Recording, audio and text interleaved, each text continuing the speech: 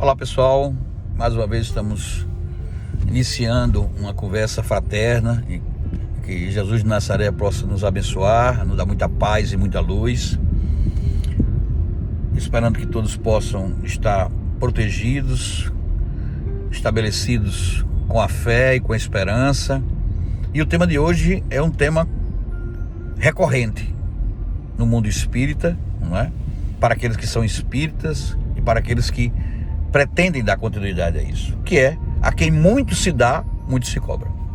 Nós estamos vivendo um momento de muitas turbulências, né? Não existe uma família hoje que não esteja em aflição. De modo que essa frase retirada do Evangelho segundo o Espiritismo e materializada também no Livro dos Espíritos e também incluída na Gênese, ela nos faz entender que nós precisamos ajudar. Não é que a frase diga efetivamente que a quem há muito se dá é que vai ajudar mais. Não. Existe outra que é paralela.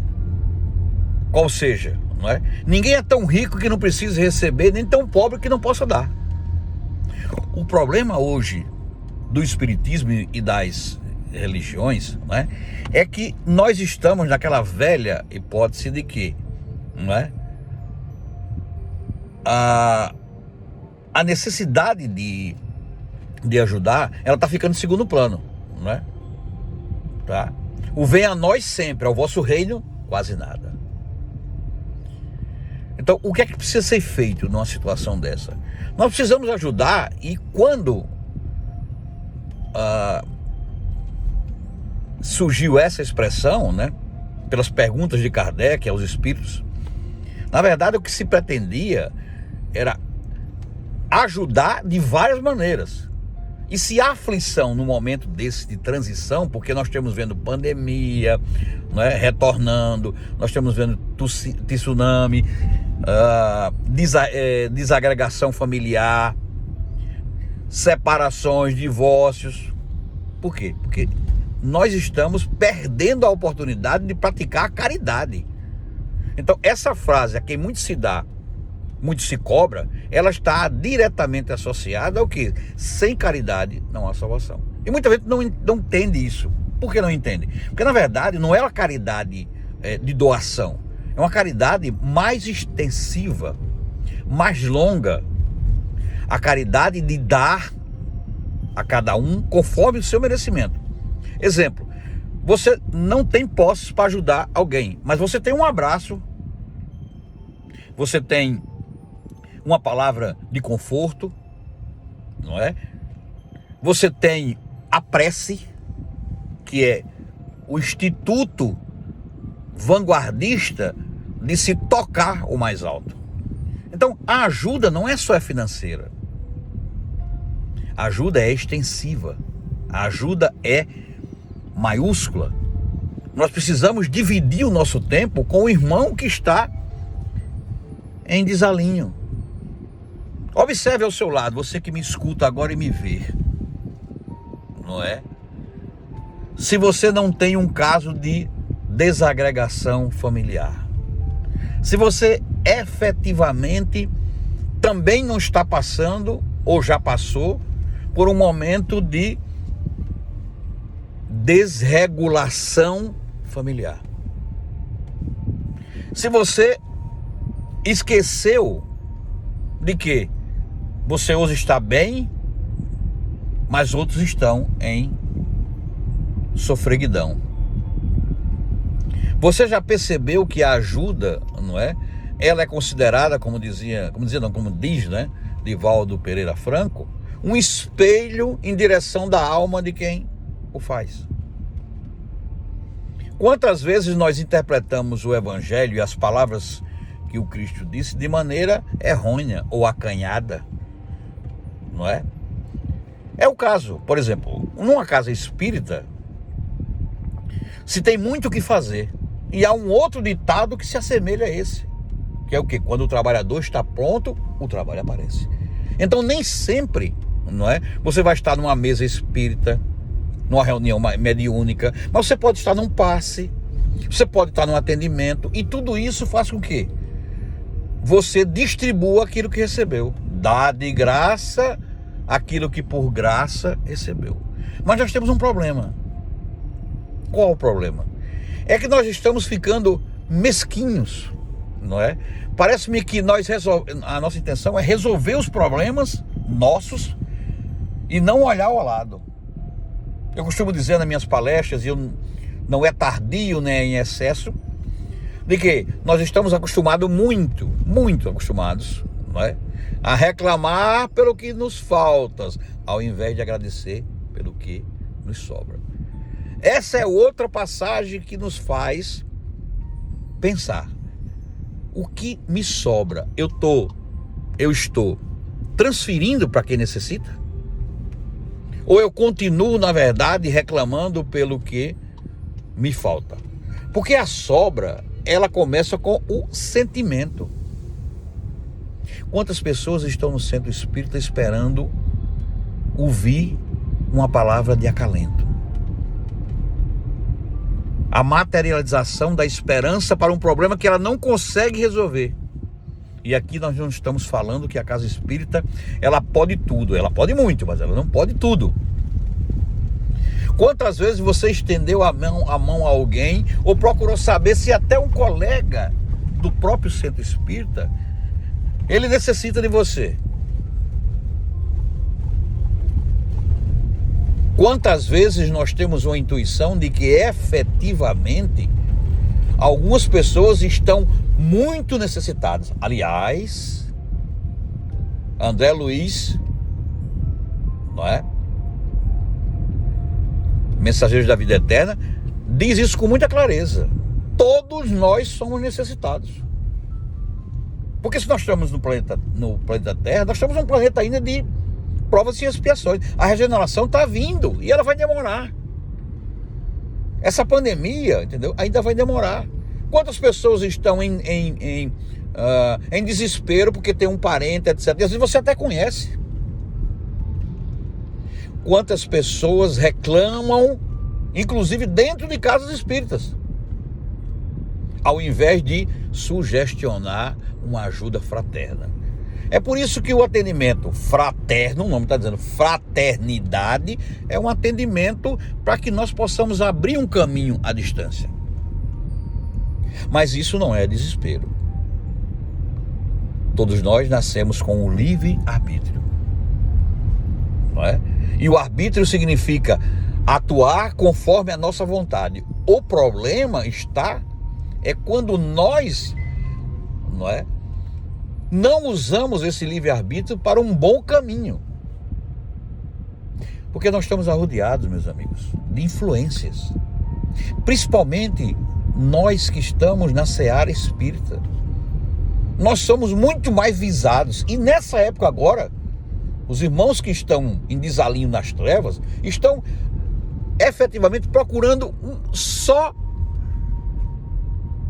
um espaço para incutir na nossa mente o cansaço. Não vá hoje, não ajude, não é? Quantos de nós, que é muito interessante isso, tem coragem de levar o café no nosso centro, no nosso cadinho, não é? Em outros locais? É dia de terça-feira. Sair às ruas em busca de necessitados, como Cristo disse, vós, aos apóstolos, vós serão caçadores ou pescadores de alma. Ali estava a caridade. Quando ele transmudou poderes aos apóstolos, ele quis dizer, fazei a caridade, dai muito mais do que receber. Aliás, é bom lembrar a façanha monumental de São Francisco de Assis, quando disse na versão mais pura da letra por ele criada, é dando que se recebe. É dando que se recebe. O que é mais importante em tudo isso é que nós reflitamos. Fazer caridade é levar uma cesta básica? Não é. Uma palavra amiga tem maior intensidade? Sim. Você consegue fazer as duas coisas? Escondendo o que uma mão diz? Ou outra passagem bíblica e evangélica. Dar com a mão e esconder a outra, para que não haja o quê? A intenção da autopromoção. Por falar em autopromoção, o tema também é recorrente e também cabe esclarecer. Nós precisamos acabar com a autopromoção. Nós precisamos nos engajar mais. O plano espiritual está repleto de sofredores. O plano terrestre, por conta de tantos erros, né?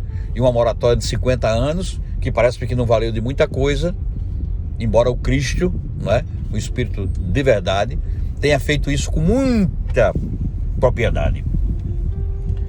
E aí, o que é que acontece na verdade? Nós estaremos começando a modificar a nossa essência. Você pode dizer, mas Marcos, eu faço o que eu posso. Ninguém está pedindo que você faça mais do que eu posso. Nem o próprio Cristo, que tinha o poder de fazer o impossível, ele determinadas vezes ele limitou. Tanto que ele foi generoso. Ele foi tão generoso que ele ultrapassou os limites do amor. Ele estabeleceu os 12 apóstolos a oportunidade de reconhecer que a caridade não é apenas um estágio momentâneo. Ela tem que ser vivenciada dia após dia. E por que alguns de nós insistem em declarar-se espírita, frequentar uma casa espírita e não fazer a nossa parte? O verdadeiro espírita é aquele que se dá momentaneamente diante de um problema. E aparece outro, ele aqui se acomoda no outro problema. Se não consegue resolver um terceiro, ele pede ajuda. Porque essa maratona, esse ciclo, ele vem do alto. Não há ninguém perfeito. E a questão 625 do Livro dos Espíritos diz: a figura mais pura ou mais adequada foi Jesus que veio ao mundo. Então nós não estamos preparados, mas nós estamos no caminho. Vocês imaginem, senhores, nós nos declaramos espíritas, mas nem sempre somos espíritas. O verdadeiro espírita é aquele que materializa o amor para ajudar. Os princípios espíritas não estão absolutamente direcionados a esse ou aquele galhardão. Não se entra numa casa espírita e diz: fulano completou 50 anos, aqui está uma medalha para ele. Ninguém faz isso. A medalha, o bônus hora, é recebido no alto. Fazer aqui para lá receber. Por isso que às vezes, né, algumas pessoas se incomodam, né, por estar numa casa espírita, quando na verdade deveriam agradecer. Eu particularmente, já disse isso também em algumas palestras, não me recordo se disse a vocês, mas eu queria ter conhecido o espiritismo há mais tempo. Eu queria conhecer a caridade, para que eu não reclamasse tanto, para que eu ajudasse mais. Tem uma história muito curtinha que é interessante. Numa reunião mediúnica em determinado centro de acolhimento, centro espírita, né? É o nome que eu estou chamando agora, utilizando, um centro de acolhimento, uma casa de auxílio, uma casa de luz, não é? Costumo dizer também que quando nós estamos numa mesa mediúnica, que os irmãos chegam, algumas coisas que nós falamos, né? É que aquela casa, entendeu? Ela não tem portas, ela tem esperança. Ela não tem portas, tem esperança. Então dizia eu, contando o exemplo,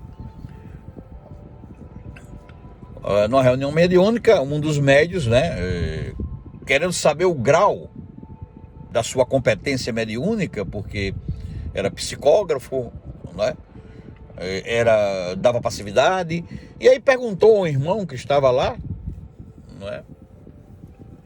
Nesse dia ele estava doutrinando, porque existiam poucos doutrinadores, e às vezes isso acontece, né? E ele perguntou lá ao irmão que estava dando passividade, não é? Se aquele dom que foi escolhido por ele E aquele que escolhe ser espírita, ele é cobrado mais de 10 vezes, muito mais de 10 vezes do que uma pessoa normal. Porque é um compromisso grandioso. Esse compromisso faz com que você efetivamente altere a sua maneira de ser. E aí o irmão disse: a pessoa nesta casa de acolhimento, nesse centro espírita, que mais tem intensidade de ajuda é aquela moça que está ali, ó. Aí apontou para uma senhora de certa idade, entregando as fichas para o povo ser atendido. Porque ali está o instrumento da caridade. E essa senhora, né, segundo nos narra a hipótese, essa senhora já tinha vários anos e nunca teve a intenção de estar numa mesa. Ela sempre se conformou em estar ali. Boa noite, aqui está a sua fichinha, aqui está... Enfim. Então, a pergunta que nos volta em excesso é essa. Você está preparado para ser cobrado? Porque você está recebendo muito.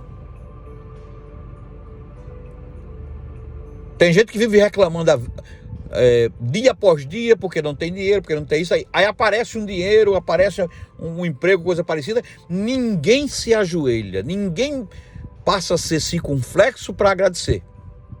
Ninguém diga, não é? A alegria é tão grande que se esquece da dor do passado. Você está fazendo isso? Vamos pensar assim, você recebeu muito. Aí o Cristo disse: a quem muito se dá, muito se cobra. Você acha que vai ser cobrado agora? Não, irmão, é quando você voltar. É lá que vai se cobrar. Vamos lembrar novamente, Bezerra de Menezes, doutor Bezerra de Menezes, o médico dos pobres. Chegou a dar o próprio anel de formatura para que uma criatura que estava perto de dar à luz, de trazer um irmão para ela comprar um enxoval. O anel de formatura, veja o desapego desse homem. Segundo a espiritualidade, com Bezerra de Menezes atuam mais de 10 mil médicos no mundo, em especial no Brasil.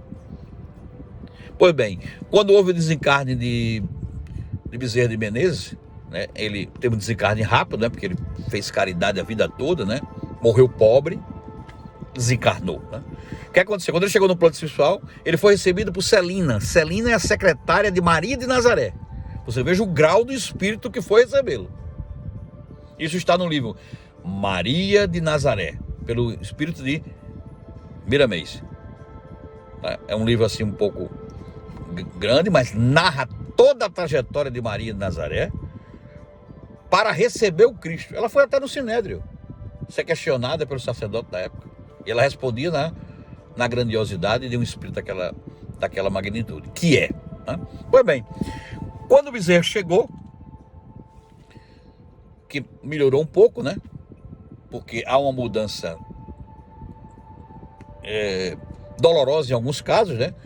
Dolorosa é o seguinte: o espírito sai da carne, né? Outros têm mesmo assim ainda fica aí um pouco, mas ele tinha consciência que estava desencarnado. E Celina pegou no braço dele, ele numa espécie de um hospital, uma clínica, e levou, disse: Bezerra, levanta. Ele ainda, e aí acompanhou ele e colocou ele numa varanda. Era como se fosse uma casa de uma fazenda, aquelas casas grandes que tem uma varanda muito grande. E aí Bezerra viu aquele uma infinidade de pessoas gritando o nome dele. E ele perguntou, a Celina disse, ele perguntou: Celina, quem são essas pessoas aqui que estão gritando meu nome? Eu fiz alguma coisa? São alguns irmãos que eu maltratei? Eu disse: não. Essas pessoas, Bezerra de Menezes, são as pessoas que você ajudou na terra. A quem muito se dá, muito se cobra. Essas pessoas estão gritando o seu nome de agradecimento, por agradecimento que você fez. Então, em qualquer lado, em qualquer momento, nós estamos sendo guiados para o bem. Só que nesse momento agora a gente tem que ter muito cuidado. Porque a insatisfação está batendo na porta, a aflição está batendo na porta, o desapego a casa espírita e ao trabalho da caridade, em alguns casos, está batendo a porta. Pessoas que se dizem nossos amigos estão surgindo sem ser. Os sentimentos de menor intensidade, como inveja, arrogância, petulância, ódio, que é o que permanece nas trevas, estão sendo produzidos naquelas pessoas. E os sentimentos que são virtudes do Cristo, como o amor, a caridade, a benevolência, a ajuda mútua, estão sendo esquecidos. Nós precisamos, nesse momento de início de transição, muita gente não compreende, 50 anos de moratória para começar o planeta sair de prova e expiação para regeneração, foi apenas um pequeno ensinamento, porque o tempo no plano espiritual, 50 anos não vale nada, 5 minutos, sabe-se lá, porque lá se caminha através do pensamento. Agora, a espiritualidade já está falando que para o planeta Terra se regenerar, é preciso que o amor seja plantado. Isso vai durar mais ou menos até 2050. Talvez eu não esteja lá, nem você que está me ouvindo também. A gente pode estar do outro lado, né? Espero que os nossos bônus horas possam ser computados, porque serão computados. Alguns dos senhores já pensou o que é desencarnar e surgir no umbral? Tem um livro chamado 5 Minutos no Umbral. Leiam. Um livrozinho fininho. Na internet tem, no centro que você, possivelmente alguma pessoa tem esse. Já pensou você efetivamente, como nós estamos cansados de ver, pessoas que chegam numa mesa mediúnica absolutamente irritados? Mas eu fiz isso. Não teve amor. Porque a ajuda, ela prescinde de amor. Ela necessita de amor. Quando você ajuda alguém, e muita gente, algumas pessoas dizem, aquela pessoa que está ali no sinal, ele vai pegar aquele dinheiro e vai comprar droga e não sei o quê. Você sabe se isso vai acontecer? Faça a sua parte. Seja mais humano. Muita gente esquece das histórias que o mundo nos conta. Um incêndio, uma andorinha levando uma gota d'água. O elefante pergunta, mas andorinha, você vai apagar esse incêndio com uma gota d'água? Ela respondeu em grandiosidade. Eu estou fazendo a minha parte. Como quem diz, você que tem uma tromba tão grande que consegue tanta quantidade de água, por que não vem ajudar? Então, a caridade, ela deve estar distante de qualquer crítica. Você não sabe se aquela pessoa está ali. Então, criticar é o lado mais perverso que se pode ter. Nós estamos vendo isso. Outra coisa, você já pensou que você está se irritando com muita facilidade? Percebeu? Que às vezes lhe dá um cansaço descomunal. Eu conheço infinidades, né? Eu estou gravando esse vídeo aqui, tem uma pessoa que está ao meu lado aqui que tem esse problema. E está me escutando. E quantas pessoas estarão me escutando? A pergunta é essa, você está me escutando? Uma palestra, ela tem que deixar perguntas para que o público possa refletir. É por isso que ela fica no tempo. Nós precisamos dar continuidade, principalmente aqueles que procuram ajudar. Dar continuidade à necessidade que cada um de nós tem de também ser ajudado. Quantas pessoas estão passando por dificuldades? Perda de emprego. Você já pensou nisso? passando fome, família desregrada, filhos em busca de um pão, e você com tanto. Qual foi a última vez que você fez caridade?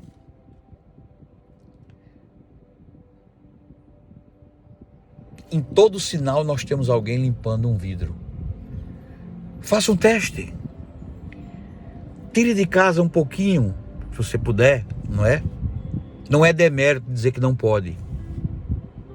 Mas se você puder, um pacotinho com pão, uma bolacha, e chegue num sinal, ou em algum local onde tenha, vocês que estão no interior, na rodoviária, sei lá, no hospital, vai ter alguém com fome. Vai ter gente com fome. Vai ter gente que está precisando escutar. Muita gente diz, tá aqui o pão, aqui a bolacha. Aí aquela pessoa vem morrendo de fome em primeiro momento e pega